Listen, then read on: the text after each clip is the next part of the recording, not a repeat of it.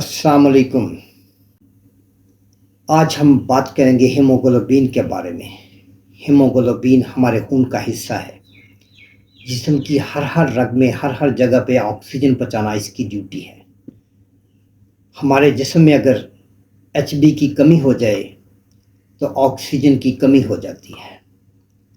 तो आज हम इसकी काज़ेज़ के बारे में बात करेंगे, इसके इलाज के बारे में बात करेंगे।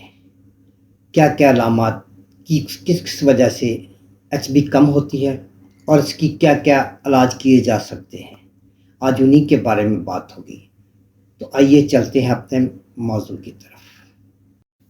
मैं डॉक्टर सैयद अफजल नकवी, दुआ क्लिनिक पूरे वाला से। इससे पहले कि मैं अपनी बात शुरू करूं, आपसे गुजारिश है कि मेरे चैनल को सब्सक्राइब कर लीजिए और बेल आइकन को दबा लीजिए ताकि आने वाली वीडियोस आप तक पहुंचती रहें। जिस्म में अगर हीमोग्लोबिन की कमी हो जाए तो जिस्म में थकन रहती है, जिस्म में कमज़ोरी महसूस होती है, सर दर्द होता है, चक्कर आते हैं और भूख कम लगती है। अगर लंबा अरसा तक एचबी की कमी रहे तो दिल की बीमारियां होने के चांसेस बढ़ जाते हैं।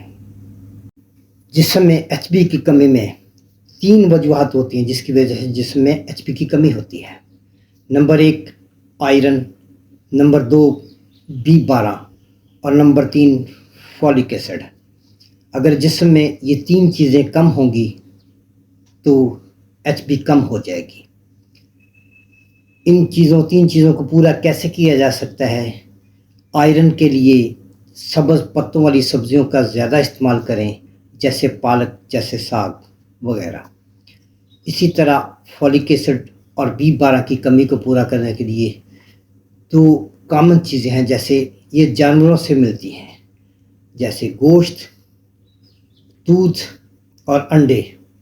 इनका ज़्यादा इस्तेमाल किया जाए तो फॉलिक एसिड और B12 की कमी भी पूरी की जा सकती है।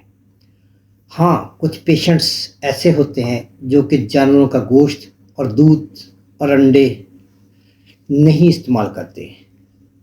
उनके लिए ज़रूरी है कि कोई सप्लीमेंट इस्तेमाल करें, अपने डॉक्टर के मशवरे के साथ कोई ना कोई सप्लीमेंट इस्तेमाल करें, जिसकी वजह से उनके जिस्म से B12 और फॉलिक एसिड की कमी ना रहे।